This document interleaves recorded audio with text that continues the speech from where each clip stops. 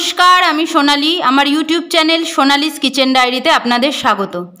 আজকে আমি আপনাদের সঙ্গে একদম নতুন একটি পদ্ধতিতে দই কাতলা রেসিপিটি শেয়ার করব। আশা করি এরকম রেসিপি আপনারা আগে কোথাও দেখেননি বা খাননি।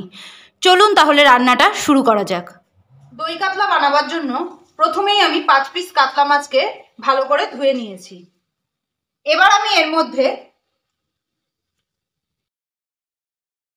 1 চামচ লবণ আর খুব সামান্য একটুখানি হলুদ দিয়ে নেব। হলুদটা একদমই সামান্য দেবেন, আপনারা চাইলে নাও দিতে পারেন হলুদ। এবার এই লবণ হলুদ দিয়ে আমি মাছটাকে ভালোভাবে মেখে নেব।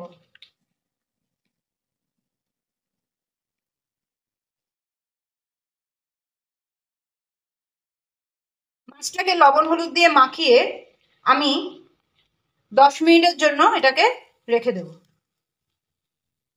দেখুন, মাছগুলোকে আমি সব লবণ হলুদ মাখিয়ে নিয়েছি।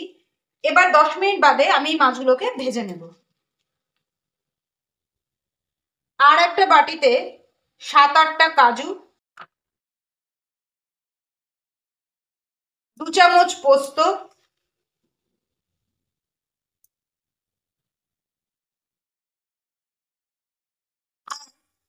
2 চামচ চারমগজ দিয়ে জল দিয়ে মিনিট 20 ভিজিয়ে রেখে দেব। 20 মিনিট বাদে এটাকে আমি মিহি পেস্ট করে নেব। দেখুন, মাছগুলোকে ভেজে নেওয়ার জন্য এবার গ্যাসে আমি একটি কড়াই বসিয়ে তাতে সাদা তেল গরম করে নিয়েছি। এবার একে একে আমি মাছগুলোকে এতে ভেজে নেব। মাছ ছাড়ার সময় গ্যাসের ফ্লেমটাকে লোতে করে দেবেন।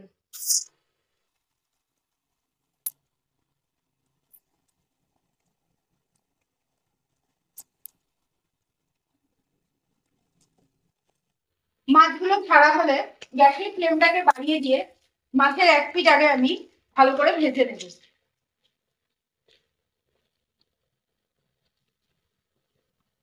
দেখুন, আমার মাছের এক পিঠ ভাজা হয়ে গেছে। এবার আমি আরেক পিঠ উল্টে উল্টে ভেজে নেব। দই কাতলার মাছ খুব বেশি ভাজবেন না, হালকা করে ভাজবেন, আমি যেভাবে ভেজে।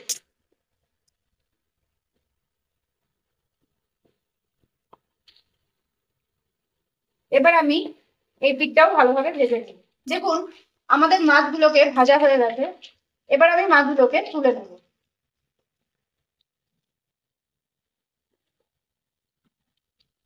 মাছটাকে এমন একটা পাত্রে তুলবেন যে পাত্রটায় একটা ঢাকনা সমান সমানে দেওয়া যাবে। ঢাকনা দেওয়ার কারণটা আমি পরে দেখিয়ে দেবো রান্নায়, কিন্তু এমন পাত্রেই রাখবেন যাতে মাছটাকে ঢেকে দেওয়া যায় পরে।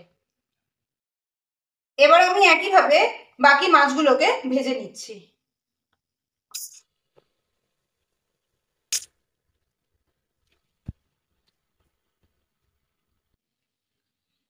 দেখুন, আমি সব মাছ ভাজাগুলো তুলে নেওয়ার পর ওই একই তেলের মধ্যে 3টে ছোট এলাচ, লবঙ্গ আর 2 টুকরো দারচিনি ফোড়ন দিলাম। এবার এই ফোড়নের মধ্যে আমি পেঁয়াজ বাটা দিয়ে দেবো।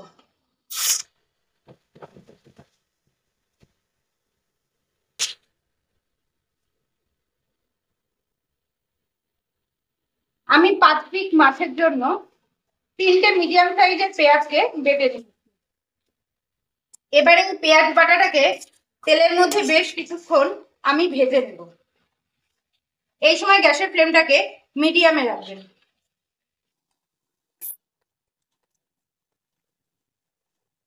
দেখুন, পেঁয়াজটা আমাদের অনেকটা ভাজা হয়ে গেছে।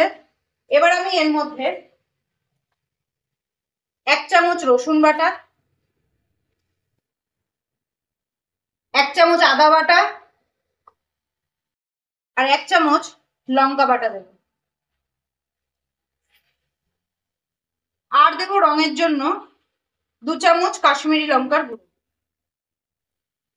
আর দেব অল্প একটু লবণ, 1/2 চামচ মতো লবণ।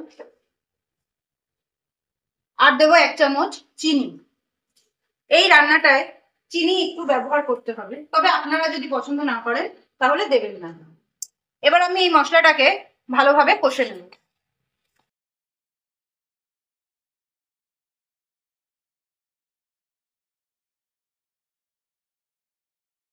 আমি এর মধ্যে অল্প একটু জল দেব।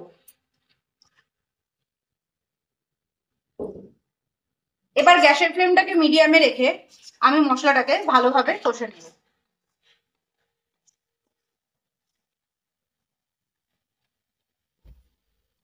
দেখুন আমাদের মশলাটা থেকে তেল ছেড়ে দিয়েছে। এই সময় আমি এর মধ্যে যে পোস্ত, কাজু আর চারমগজটাকে ভিজিয়ে রেখেছিলাম সেটাকে বেটে নিয়েছি, সেই পোস্ত, কাজু, চারমগজ বাটাটা দিয়ে দেবো।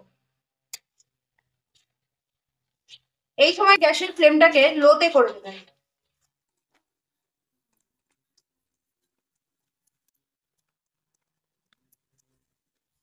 যেহেতু কাজু বাদাম বাটা দেয়া আছে তাই এই কাজু বাদাম বাটা তলা থেকে ধরে যেতে পারে, এই সময় ওই জন্য গ্যাসের ফ্লেমটাকে কমিয়ে রাখতে হবে। এবার এটাকে আমি তেল ছাড়া পর্যন্ত ভালোভাবে কষে নেব। দেখুন মশলাটা থেকে তেল ভেসে উঠেছে।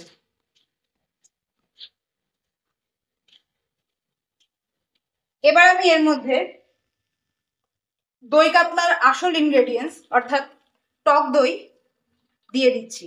টক দইটাকে অবশ্যই ফেটিয়ে নেবেন, আর টক দইটা দেওয়ার সময় গ্যাসের ফ্লেমটাকে লোতে রাখবেন, নাহলে দই ফেটে যাবে। এবার দইটাকে এই মশলার সঙ্গে ভালোভাবে মিশিয়ে নেব। গ্যাসের ফ্লেমটাকে অবশ্যই লোতে রাখবো। এবার এই দই দিয়ে পুরো মশলাটাকে তেল ছাড়া অবধি ভালোভাবে কষে নিতে হবে।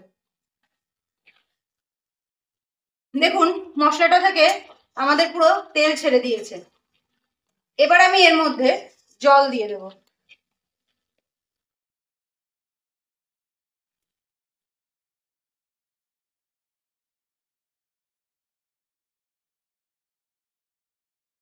খুব বেশি জল দেবেন না, মোটামুটি মাছগুলো 2 মিনিট ফুটবে এরকম জল দিলেই হবে।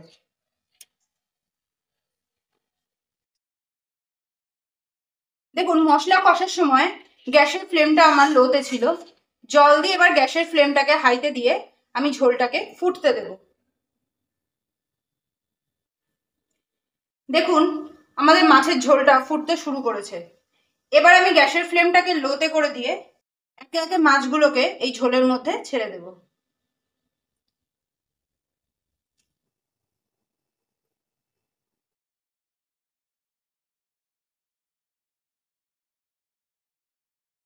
এবার আমি গ্যাসের ফ্লেমটাকে আবার বাড়িয়ে দিয়ে মাছটাকে কিছুক্ষণ ঝোলের মধ্যে ফুটতে দেব।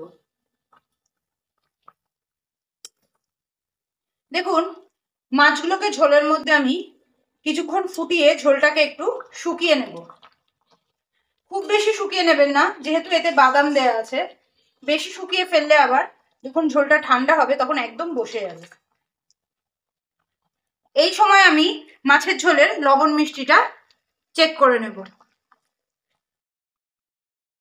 আপনারাও আপনাদের স্বাদ অনুযায়ী লবণ মিষ্টিটা দেবেন, তবে এই রান্নায় একেবারেই হলুদের ব্যবহার হবে না। দেখুন আমার মাছের ঝোলটা প্রায় হয়ে এসছে। এবার আমি এর মধ্যে খুব সামান্য একটু গরম মশলা দিয়ে দেব। দেখুন আমাদের দই কাতলা রান্না রেডি। এবার আমি একটা এতে ট্রিক্স করব, যেটা আমি এটাকে আগে আমি একটা পাত্রে নামিয়ে নেব, তারপরে সেই জিনিসটা আমি আপনাদেরকে দেখাবো, যার জন্য আমি বলেছিলাম বাটির সঙ্গে একটা ঢাকনা সেটিং রাখবেন। দেখুন মাছটাকে আমি এরকম একটা ছড়ানো পাত্রের মধ্যে ঢেলে নিয়েছি। দেখেছেন আমি ঝোলটা কত পাতলা রেখেছিলাম, ধীরে ধীরে ঝোলটা কেমন ঘন হয়ে আসছে। এবার আমি এই দই কাতলার জন্য একটা অসাধারণ ট্রিক্স দেখাবো, যেটা আশা করি আপনি অন্য কোথাও বা কারোর রান্নায় পাবেন না। তবে এইভাবে করে দেখবেন, এতে দই কাতলার স্বাদটা বহুগুণ বাড়িয়ে দেয়। তো তার জন্য আমি কড়াইতে কিছুটা সর্ষের তেল গরম করে নিয়েছি। এবার আমি এর মধ্যে 1 চামচ মতো কালো সর্ষে এই সময় গ্যাসের ফ্লেমটাকে লোতে রাখবেন। কিছুটা কারি পাতা ফোড়ন দেবেন।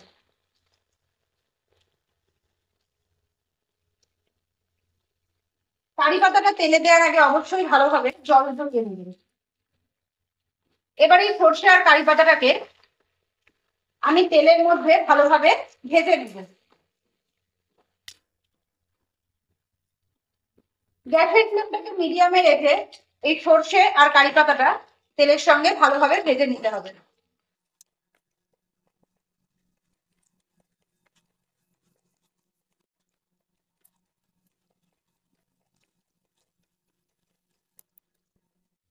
দেখুন আমাদের এই সর্ষে আর কারি পাতাটা ভালোভাবে ভাজা হয়ে গেছে।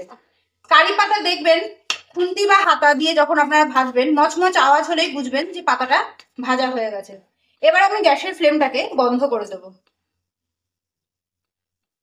এবার আমি সর্ষে কারি পাতা ফোড়নটা এই মাছের ওপর ভালোভাবে ছড়িয়ে দেব।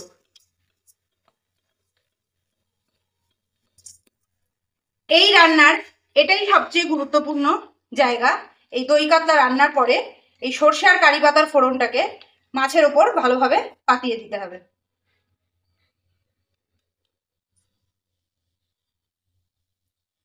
এবার আমি এই মাছটাকে ঢাকা দিয়ে আধ ঘন্টার জন্য রেখে দেব, যাতে কারি পাতার গন্ধটা মাছের মধ্যে সুন্দরভাবে বসে যায়। আধ ঘন্টা বাদে এটাকে খুলে খাওয়ার জন্য আপনারা সার্ভ করতে পারেন।